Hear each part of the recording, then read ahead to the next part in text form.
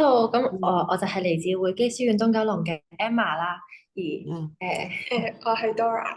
你想問一問師母，有冇中學嗰陣有冇諗過你想做啲咩㗎？其實屋企嘅影響都幾大嘅。咁我係only child 啦，即係獨生女啦。咁爸爸自己本身咧就喺內地嘅時候咧就係教書嘅，教大學同埋教化學啦。咁所以都係 science 啦。咁所以我都一路中學讀咧都係讀 science 嘅。咁當然咧就獨生女都係有望女成龍啊嚇。咁喺嗰個年代咧就即係都有講過話。即係會唔會係讀醫啊咁？所以咧嗰個冇諗過做乜嘢嘅，反而係喺讀書上邊咧就係去即係中學或者大學嘅時候係去咁樣諗啦。咁所以咧就一路都係讀 science 啦，讀到大學咧都係讀 science 嘅。咁不過即係第一年就讀因為喺外國讀書咧，其實一入都唔係入醫科嘅，我哋讀2年。即係叫做 Bachelor 先至再去諗，咁所以其實你話嗰時候去做乜嘢嘢咧，就我自己都係以讀乜嘢係首先去諗啦，冇既定話要做乜嘢嘢。唔該師母。咁你而家嘅職業，會喺乜嘅渠道度去認識㗎？係咁正話我都話咧，讀到大學第一年咧，我都係讀 science 啦，即係譬如 chemistry 啊、biology 啊、microbiology。咁我對微生物啊、生物啊都好有興趣嘅。咁亦都當然就係、你話讀醫科好，即係護士好但係我都即係讀到中學尾至到大學咧，我知道嗰個取向咧就係、助人嘅feel 啊，嗰個我哋叫 helping professional 助人就唔係話一定做乜嘢咁。其實喺外國或者香港都係啦，當然讀醫係幾成績要好 top 啦。咁讀到去第一年咧，其實我除咗讀science，即係讀呢幾科 science 咧，我就剔咗科 psychology 心理學。咁咧就每日放學翻去咧，我啲 science 咧就擺埋一邊，就係中意睇心理學嗰本書。開始，咦，弊啦，即係點解係即係自己主修嗰啲，即係就擺埋一邊咧？除咗係微生物，就覺得好 fascinating 嘅微生物學之外咧，就即係其實睇心理學嘅書咧，就好有興趣。咁所以好毅然咧，就第二年大學咧，我就轉主修係心理學，咁就一路係讀其他嘅心理學咯。就即係一年班我哋就叫 Psychology 101啦。咁第二年咧就收好多其他噶啦，譬如話個叫 abnormal psychology 啊、perception 啊、social psychology 啊、personality，即係二年班、3年班繼續咧都係主修心理學，咁就係我自己嘅興趣嚟噶啦。咁所以你話咩渠道咧？讀到即係叫本科咧，香港 undergrad 或者 bachelor degree 咧就主修係心理學咯。嗯。誒，咁你都知道，你之前喺加拿大有修讀過呢一科啦，都有喺嗰度留咗一陣去做一啲服務嘅機構啦。咁你覺得喺加拿大同香港嘅心理健康嘅工作嘅經歷裏邊，有啲乜嘢文化係影響到你治療嘅方法咧？其實都係一個慢慢逐步漸進式嘅，即係其實讀完3年或者4年嘅本科啦，叫 undergrad 咧，其實都完全唔係專業嘅，即係一個 bachelor degree 一個本科。咁我畢業之後，其實就做咗2年，我哋叫 community worker 或者叫類似社工嘅工作。咁我做老人家工作嘅長者工作。咁咁如果講長者工作咧，當年係80年啦，我畢業係咁啊。如果翻嚟香港之後，我又即係如果以social service 啦，即係社會服務嚟講啦，香港係落後30年嘅嚇。即係當時我做嘅嘢，香港落後30-40年。咁但係即係正如係一路演變啦。我做咗2年之後，我就再翻去讀 master 啦。讀 master 咧就讀即係 counseling 同埋神學咁啊。主要即係 undergrad 讀心理學，master 咧就讀counseling 讀輔導學。咁之後即係出嚟做都係比較讀完2年之後出嚟做咧，就真係比較 focus 多啲喺輔導嗰方面啦。咁所以真係慢慢一路路嗰個演進。如果你話個分別喺邊度咧，就反而係我而家後期即係經過咗即係廿幾30年，我繼續其實不斷嘅進修嘅喺期間，即係未必讀個 degree，但係好多嘅不斷嘅進修。咁如果喺心理衛生同健康嚟講咧，就如果講輔導咧，我簡單講，其實可能呢個都答埋你其他嘅問題咧。其實簡單講係3個範疇。好多人就諗我見人啦，見 case 啦，見個案啦，就佢有問題啦，或者我做喺中大做咗廿幾年，就係大學生嘅心理輔導。咁當然就係啲人有問題先至嚟啦。其實輔導我哋分為可以講3個範疇，一個就係話係教育性 education，一個係 preventive。預防性，即係睇醫生，我哋都有講，即係預防勝於治療啦。但係如果即係講心理輔導或者係心理治療咧，治療即係有病，即係真係有問題啦。咁我哋叫做介入性，就係 interventive 啦。咁我喺中大做嘅21年嘅裏面咧，其實大部分好多時間都會做係 interventive，即係話即係有問題啦，有出咗事，譬如話抑鬱啊、焦慮啊。當然我都做好多教育同埋係即係 preventive work，但係主力人哋聽嘅都係去見 case。咁你個分別喺邊度咧？的確係我諗香港先係近呢10幾20年咧，係先至比較注重咯。即係無論係政府啦、社會啦，注重就係俾多啲資源啦。或者啲人比較 open 啊，即係 open mind，即係話係開放啲，係去接受。話去見輔導。而外國咧就係比較老早已經覺得係一來政府有現疏 insurance 係 cover 嘅，即係可以去睇。咁同埋係 open，所謂 open mind 一啲啦。同埋如果對情緒嚟講咧，即係外國一般 culturally，如果你問就係文化上面咧，大部分係 generally speaking，即係普遍嚟講都係比較開放啲，容易打開自己嘅情緒。亞洲人點都係比較係保守啲啦。咁所以對於所謂係求助咧，其實我哋不斷都做好多教育工作，譬如中大時候，即係話有時唔好收埋啦，求助。咁呢個就係資源嘅問題，同埋一般人對有問題可能覺得有一個忌諱啊 taboo，即係有忌諱唔去求助。咁而家慢慢慢慢，我諗都會比較係開放 open 接納一啲咯。咁你都講過香港其實本身一開頭唔係咁接納心理健康呢樣嘢啦。咁你覺得心理健康教育當中社會最重要嘅方面應該要係啲咩咧？社會方面，你話係即係誒，係社會方面我最重要。我諗我諗都係一個普及嘅教育啦。除咗我而家做，其實我之前幾年咧都會無論係工作或者我離開咗我中大工作咧，我都係推廣精神健康心理教育。咁嗯有一個課程咧就係心理衛生會出嘅，咁係即係啲人上堂。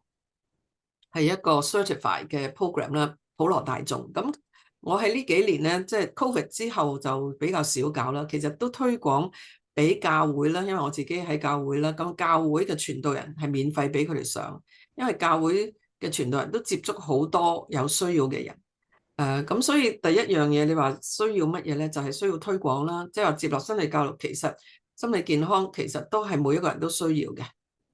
亦都就算係有問題，亦都唔係一個佢做得唔好，或者佢個問題，或者係一個咁難啟齒，或者係咁多咁 shameful，咁覺得尷尬，或者係好冇面嘅事。即係如果你胃痛，甚至生 cancer，有啲人都唔難話俾人聽，但係話俾你聽，我有抑鬱，我有焦慮，或者係甚至我成日好唔開心，情緒好低落，甚至係有自殺，或者係自己自殘。我諗就好難啟齒，但係到情緒低落有呢個 awareness，即係其實我哋都係身體嘅一部分，腦部。咁去俾即係教育嘅時候咧，就及早求助，即係所有嘢都係啦，越早求助，其實嗰個你可以所有嘅唔舒服病從淺中醫咯。咁我想問下，你會唔會面對一啲情緒比較激烈嘅客戶嗰陣時咧，你會用啲咩方法去誒去調解呢啲情況？嗱，你話情緒激烈咧，其實情緒激烈都有好多種嘅，有啲會唔會係已經去到佢好激烈，會係傷害自己嘅咧？咁呢啲我哋就叫做危機處理啦。有啲真係會我需要送去醫院嘅。咁以前喺中大做，其實真係好多時候要送去威爾斯急症室嘅，即係自殺啦、自殘啦咁。同埋係如果激烈即係情緒高漲咧，又另外一回事，即係佢好嬲或者喊得好傷心，咁我哋點樣係慢慢係將佢係舒緩佢嘅情緒，去翻一個比較容易我哋叫做containment啊，即係話能夠承載到情緒啊，控制到即係所謂就唔會過於泛濫。咁我哋都會慢慢係幫佢去調適，即係話係所謂 scale down 翻佢嘅情緒。咁呢個就一般喺個輔導室可以處理啦。咁但係有一啲需要嘅時候，可能真係需要。甚至有即係，譬如喺中大，我有保健處嘅 backup 啦，即係個支援咧。咁都試過要送學生落去保健處，要去保健處做咩？要幫佢打支針，要去到鎮定佢嘅。咁呢啲係比較係即係所謂你話即係，所以講話情緒激烈，其實都有好多種不同嘅情緒激烈啦。但係一般如果喺輔導室裡面嘅，我哋都有能力係幫佢，我哋所謂de-escalate 啊，即係話唔會再提升，反而就係幫佢係下降翻，慢慢嘅，譬如即係要佢慢慢呼吸，放緩啊，同佢慢落嚟啊，靜落嚟啊，slow down 翻，等佢情緒慢慢去翻一個比較穩定嘅狀態。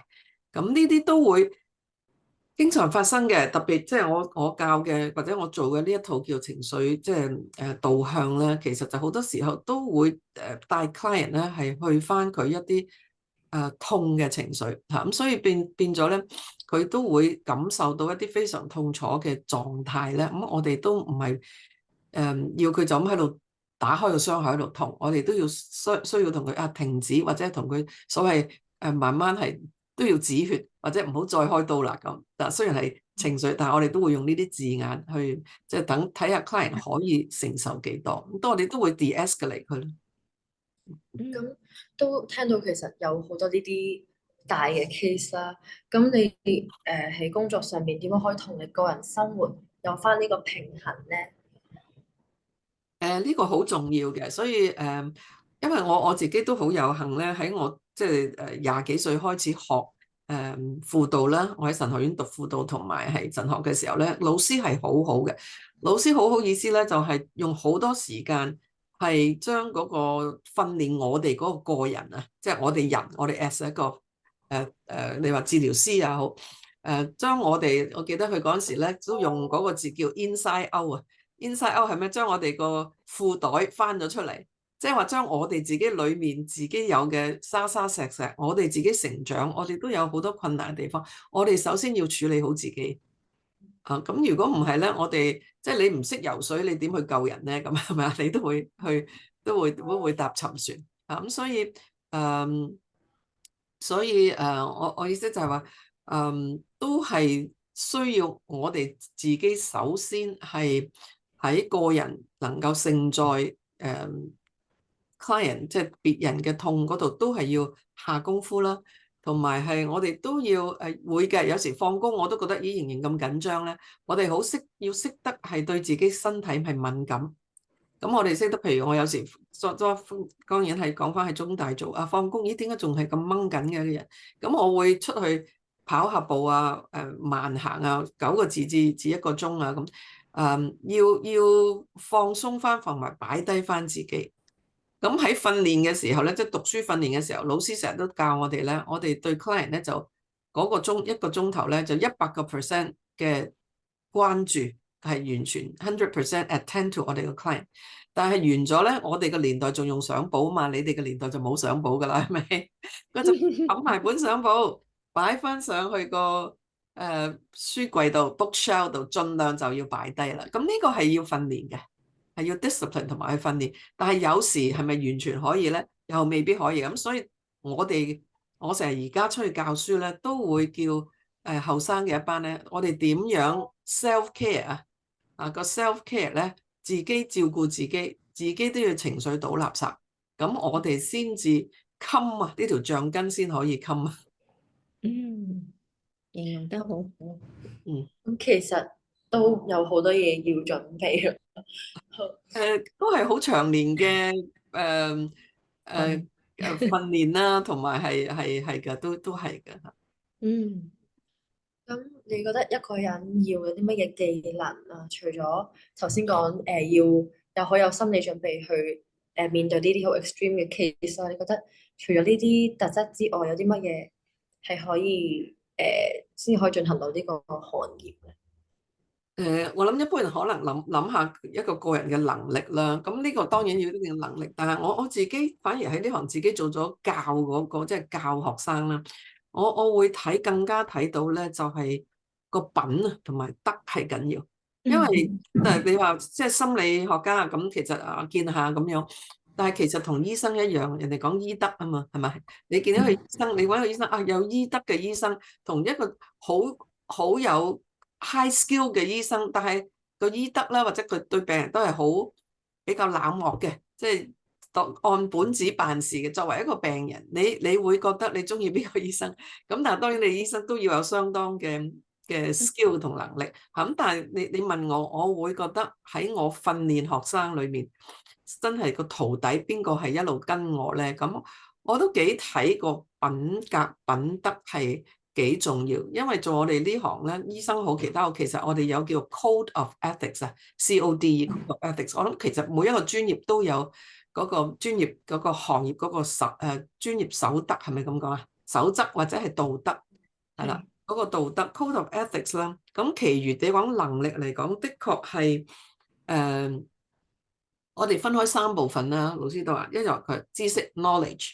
個 knowledge 一定要有。第二就係你有個 skill，有嗰個技能。第三就係經驗 experience。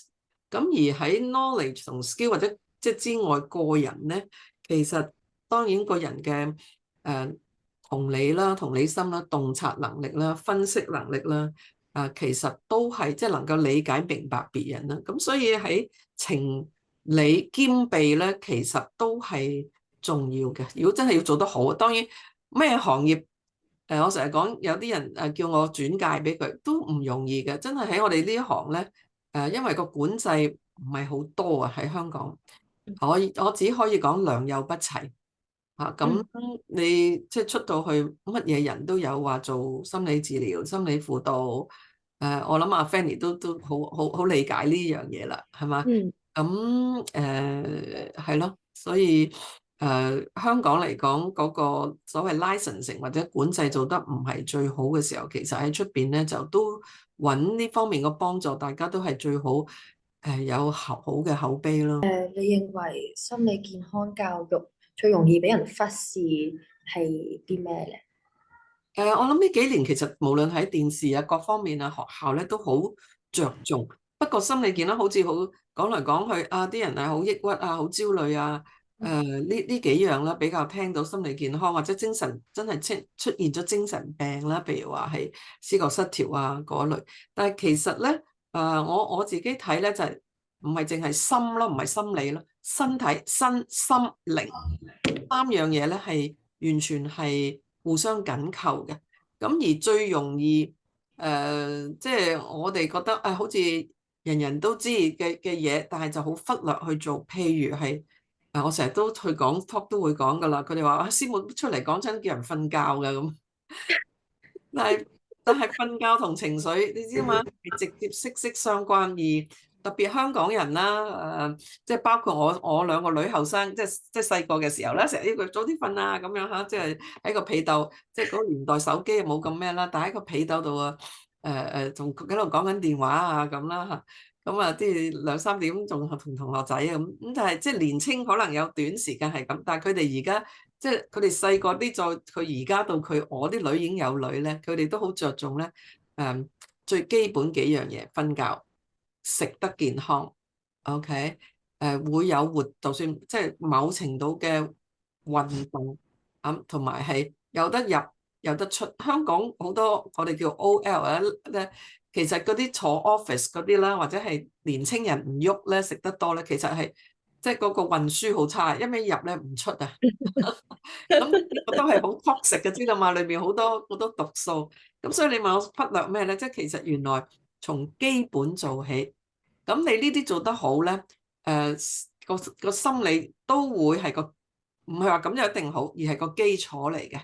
咁先至係再去搞佢其他。如果你搞個心理情緒嘅問題，又瞓得，通常都瞓得唔好啊嘛，啲人係咪瞓唔到，或者係食嘢食好甜啊，或者係暴食啊。咁其實呢啲冚唪唥都同心理係息息相關嘅。咁所以我會覺得唔一定叫係咪忽略咧，而係其實好似正如話，好似好理所當然嘅嘢，但係原來喺心理健康或者心理衞生裏面咧，好基本嘅身體嘅健康係要着重。咁當然，如果一個人心理健康，我哋即係可能都聽好多啦，要點樣係去做舒緩啊，或者其他。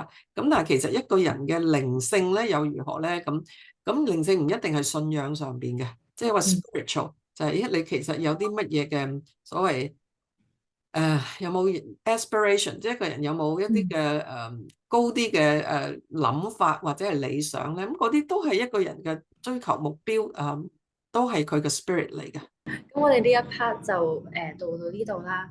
好，都好多謝你俾我哋呢度咁多位嘅建議啦。希望我哋你俾我哋嘅建議都可以放到落個 game 度，可以俾到一個好完整嘅有趣嘅 game 嘅體驗去係。唔該晒。